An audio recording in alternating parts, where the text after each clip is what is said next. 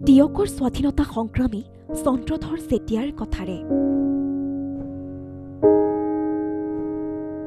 হয় মৰিম, নহয় দেশ স্বাধীন কৰিম বুলি লৈছিল সংকল্প।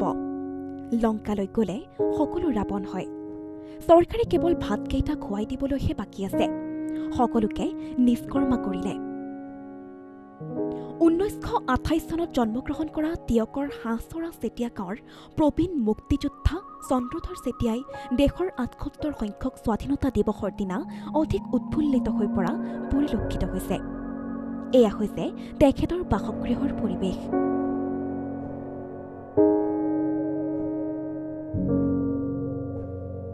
আজি গান্ধী টুপি পৰিধান কৰি পূৰ্বৰ কথা স্মৰণ কৰি আনন্দ লাভ কৰিছে মুক্তিযোদ্ধাগৰাকীয়ে।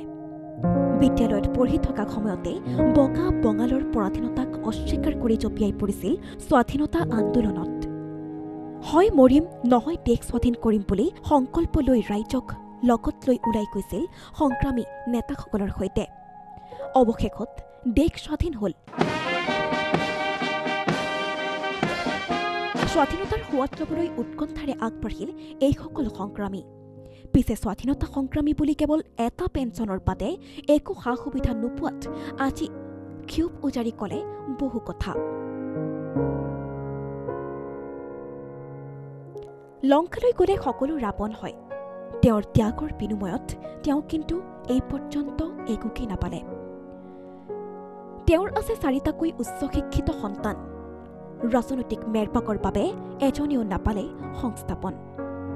ইপিনে বৰ্তমান চৰকাৰে আঁচনিৰ নামত সকলো ৰাইজকে নিষ্কৰ্মা কৰিলে, যিটো কোনোদিনেই গ্ৰহণযোগ্য নহয়।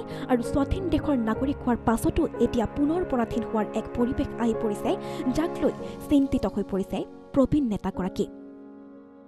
অৱশ্যে এই ক্ষোভবোৰৰ কথানো কাক ক'ব? সংগ্ৰামী সতীৰ্থসকলো যে বৰ্তমান নাই, গতিকে নিৰুপায় হৈ থকা দিনকেইটা যেনে তেনে পাৰ কৰাটোহে বিচাৰিছে এইগৰাকী প্ৰবীণ নেতাই। উল্লেখযোগ্য যে স্বাধীনতা দিৱস অথবা গণতন্ত্ৰ দিৱসত প্ৰশাসন অথবা সংবাদ মাধ্যমকে ধৰি বিভিন্নজনে এইদৰে আহি খবৰ লোৱাটোৱে তেওঁক অধিক আনন্দ দিয়ে বুলিও মন্তব্য কৰিছে মুক্তিযোদ্ধা চন্দ্ৰধৰ চেতিয়াই। ছাত্ৰ সন্থাসকলে আপোনাৰ মানে যে আমি আপোনাৰ দেশ স্বাধীন কৰিব লাগে, এতিয়া ডাঙৰ ডাঙৰ নেতাসকলে আমাক আপোনাৰ মানে এই দেশৰ হকে আপোনাৰ মানে এতিয়া ব্ৰিটিছক আপোনাৰ মানে কোনো প্ৰকাৰে আপোনাৰ মানে সহায় সহযোগ নকৰিবৰ কাৰণে আপোনাক কৈছে যে গাঁৱৰ ভূঞেও আপোনাৰ মানে যিখিনি মানুহে হয়তো ব্ৰিটিছক আপোনাৰ মানে ধনৰ আশাত সহায় কৰিবলৈ বিচাৰিছে, সেইসকলকো কোনো পৰ্যায়ে আপোনাৰ মানে সেইতে অংশগ্ৰহণ নকৰিবৰ কাৰণে অনুৰোধ কৰি পাহানি আপোনাৰ বুজাই বঢ়াই পাহানি তেওঁলোকৰ আপোনাৰ সেই ব্ৰিটিছৰ আপোনাৰ মানে শাসনটো ইয়াৰ পৰা যাতে আপোনাৰ মানে তেওঁলোকক মানে বিদায় দিব পাৰোঁ, তাৰ কাৰণে সকলো ৰাইজ মানে একত্ৰিত হ'ব লাগে বুলি পাহানি ৰাইজক বুজাই বঢ়াই পাহানি আপোনাৰ লগত ফুৰোঁ। টিয়কৰ পৰা উৎপল জ্যোতি খাউণ্টৰ ৰিপৰ্ট, DA নিউজ প্লাছ। যিকোনো খবৰৰ বাবে যোগাযোগ কৰক 7099017330 আৰু 7099017110 নম্বৰত।